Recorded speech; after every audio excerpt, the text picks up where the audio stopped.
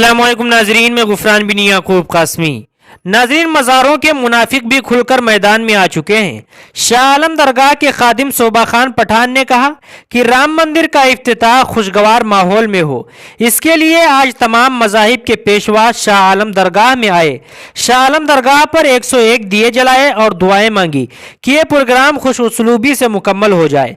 2019 में बाबरी मस्जिद और राम मंदिर तनाज़ो हल होने के बाद आज राम मंदिर का इफ्तिताह किया जा रहा है।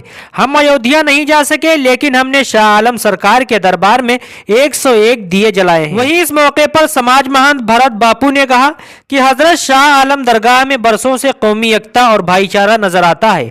हम अयोध्या नहीं जा सके, लेकिन हम यहां से ही प्राण प्रतिष्ठा का जश्न मनाएंगे। मजहबी रहनुमाओं ने इसे एक तारीखी प्रोग्राम करार दिया।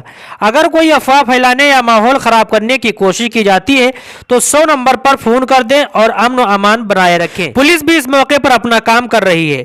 वहीं पर सिख समाज के मजहबी रहनुमा दीप सिंह खालिसा ने कहा कि शाह आलम की दरगाह में आकर हमें ऐसा महसूस हो रहा है कि अयोध्या में मौजूद हैं। हम इस प्रोग्राम की कामयाबी के लिए दुआ कर रहे हैं। नाजरीन, मुनाफिकीन से मुतालिक आप क्या कहना चाहते हैं, कमेंट करके जरूर बताएं।